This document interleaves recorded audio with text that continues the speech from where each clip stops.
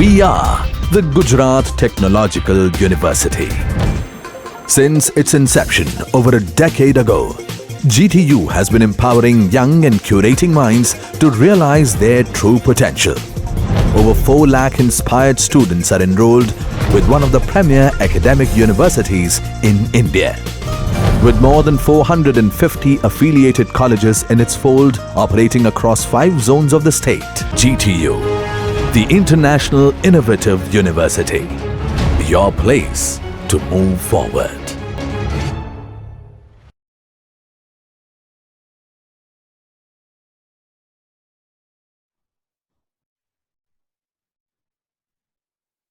Hello friends, આજે આપણે chapter number 5 ફ્રિક્શનમાં lecture number 7 જેમાં આપણે સ્ટડી કરીશું કોએફિશિયન્ટ ઓફ ફ્રિક્શન એટલે કે મ્યુ વિશે. કે કોએફિશિયન્ટ ઓફ ફ્રિક્શન એટલે કે ઘર્ષણાંક કોને કહેવાશે. તો ફરીથી આપણે એક એક્ઝામ્પલ લઈએ કે આ રીતના એક બ્લોક છે જમીન ઉપર રહેલો છે હોરિઝોન્ટલ સરફેસ ઉપર, તેની ઉપર કયા કયા ફોર્સીસ લાગતા હશે. તો સૌથી પહેલું ડાઉનવર્ડ ડિરેક્શનમાં લાગતું હશે પોતાનું સેલ્ફ વેઇટ એટલે કે પોતાનું વજન હશે હંમેશા નીચેની બાજુ લાગતું હશે.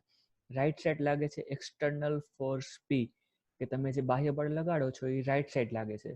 તો ફ્રિક્શન ફોર્સ હશે ઓટોમેટિકલી લેફ્ટ સાઈડ જનરેટ થશે, એટલે કે ફ્રિક્શન ફોર્સ એફ લાગતું હશે એ લેફ્ટ સાઈડ લાગતું હશે, કેમ કે એ છે બાહ્ય બળની વિરુદ્ધ દિશામાં લાગતું હોય છે. હવે બીજું એક લાગે છે નોર્મલ રિએક્શન એટલે કે લંબ પ્રતિક્રિયા. એટલે તમારી જે હોરિઝોન્ટલ સરફેસ છે એને પરપેન્ડિક્યુલર ડિરેક્શનમાં એની સાથે 90 ડિગ્રીનો એંગલ બનાવે એ રીતના નોર્મલ રિએક્શન લાગે છે, એટલે કે એન લાગે છે એ અપવર્ડ સાઈડ લાગશે, કેમ કે તમારી સરફેસ હોરિઝોન્ટલ છે તો એને પરપેન્ડિક્યુલર ડિરેક્શનમાં અપવર્ડ સાઈડ નોર્મલ રિએક્શન લાગે છે.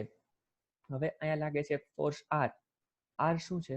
તો આર છે રિઝલ્ટન્ટ ઓફ એન અને એફ, એટલે કે નોર્મલ રિએક્શન એન અને ફ્રિક્શન ફોર્સ એફ. આ બે ફોર્સ લાગે છે એક લેફ્ટ સાઈડ અને એક અપ સાઈડ, તો એનું રિઝલ્ટન્ટ એટલે કે આ ટાઈપનો તમે પેરેલેલોગ્રામ ડ્રો કરો તો આ પેરેલેલોગ્રામના લીધે એનો જે ડાયગોનલ થશે એનો રિઝલ્ટન્ટ ફોર્સ કહેવાય. તો આર છે એ resultant force of normal reaction and friction force કહી શકાય. તો અને એંગલ ઓફ ઇન્ટરનલ ફ્રિક્શન એટલે કે ફાઈ, જે આપણે આની પહેલાના લેક્ચરમાં સ્ટડી કર્યું તો ફાઈ કોને કહેવાય? તો નોર્મલ રિએક્શન એન અને રિઝલ્ટન્ટ આર વચ્ચે જે એંગલ બને એને આપણે એંગલ ઓફ ઇન્ટરનલ ફ્રિક્શન કહીએ છીએ. હવે આજના લેક્ચરમાં આપણે જોવું છે કોએફિશિયન્ટ ઓફ ફ્રિક્શન એટલે કે ઘર્ષણાંક કોને કહેવાશે. તો આ ટાઈપની ફિગર છે કે જેમાં આટલા આટલા ફોર્સીસ લાગે છે જેની ડિરેક્શન આમાં આપણને દેખાડેલી છે. તો લિમિટિંગ ફ્રિક્શન છે એફ એ proportional to normal reaction N એવું કહી શકાય. એટલે કે લિમિટિંગ ફ્રિક્શન એટલે શું? કે મેક્સિમમ ફ્રિક્શન ફોર્સ જે જનરેટ થતું હશે એ હશે એ હંમેશા નોર્મલ રિએક્શનને પ્રોપોર્શનલ જ હશે, એટલે કે એફ ફોર્સ છે એ પ્રોપોર્શનલ ટુ એન એવું લખી શકાય. તો આ પ્રોપોર્શનાલિટી છે, સમપ્રમાણતા છે, તો સમપ્રમાણતા આપણે દૂર કરીએ તો F is equal to mu into N લખી શકાય, કે જ્યાં મ્યુ છે એ એક અચળાંક છે, એક કોન્સ્ટન્ટ છે. તો મ્યુ આ સમપ્રમાણતા આપણે દૂર કરી તો એટલે કંઈક કોન્સ્ટન્ટથી આપણે મલ્ટીપ્લાય કરવું પડે, કે આ બે એકબીજાને સમપ્રમાણમાં છે, પ્રોપોર્શનલ છે. તો પ્રોપોર્શનાલિટી જ્યારે પણ આપણે રિમૂવ કરીએ ત્યારે કોન્સ્ટન્ટથી આપણે મલ્ટીપ્લાય કરીએ છીએ. તો F is equal to mu into N થઈ શકે, કે જ્યાં મ્યુ છે એક ટાઈપનો કોન્સ્ટન્ટ છે. તો મ્યુ ઇઝ ઇક્વલ ટુ શું કહી શકાય? કે mu is equal to F by N. તો આ ઘર્ષણાંક છે કોન્સ્ટન્ટ છે એને કોને કહેવાશે? તો mu is equal to F upon N, એટલે કે લિમિટિંગ ફ્રિક્શન અને નોર્મલ રિએક્શનનો જે રેશિયો મળે છે એને આપણે મ્યુ કહીએ છીએ. હવે ફિગર ઉપરથી આપણે જોઈ શકીએ કે ટેન ફાઈ, અહીંયા ટેન એંગલ બનાવતા હોય તો ટેન ફાઈ શું થશે? Tan theta is equal to opposite side upon adjacent side, એટલે કે સામેની બાજુ છેદમાં પાસેની બાજુ. તો tan theta is equal to opposite upon adjacent થાય છે. તો ઓપોઝિટ સાઈડ કેટલી છે?